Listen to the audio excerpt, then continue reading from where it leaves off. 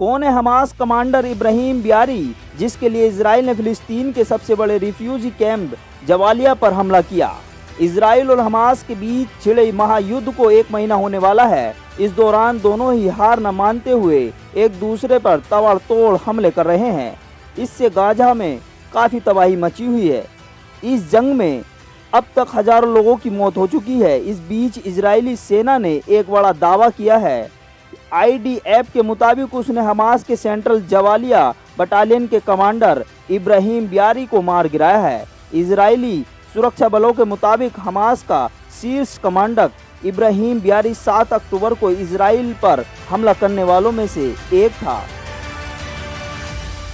Israeli सेना का दावा है कि उसके लड़ाकू विमानों ने हमास के शरणार्थी शिविर में हमला किया और वहां सब कुछ तबाह कर दिया।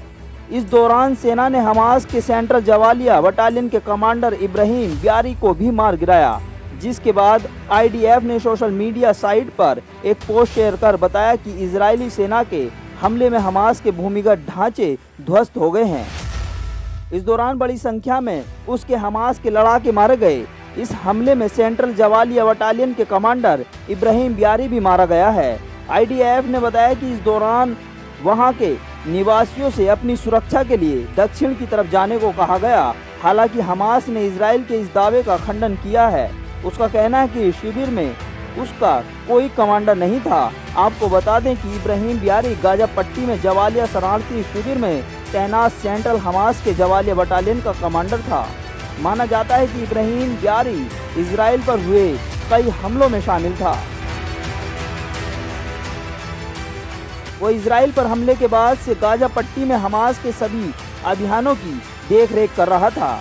जवालिया फिलिस्तीन का सबसे बड़ा रिफ्यूजी कैंप है। इजराइल के हमले में 50 लोगों की मौत हो गई। इसके अलावा एक ही परिवार के 19 लोगों की मौत हुई है। IDF प्रवक्ता के मुताबिक इब्राहिम बियारी उनके लिए बेहद अहम था।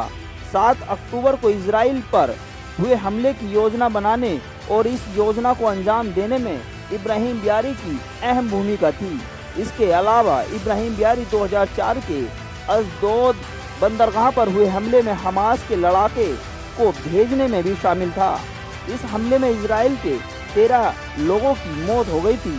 ऐसी ही और वीडियोस देखने के लिए हमारे YouTube चैनल को सब्सक्राइब, फेसबुक और इंस्टाग्राम पेज को फॉलो कर कमेंट बॉक्स में अपनी राय दें।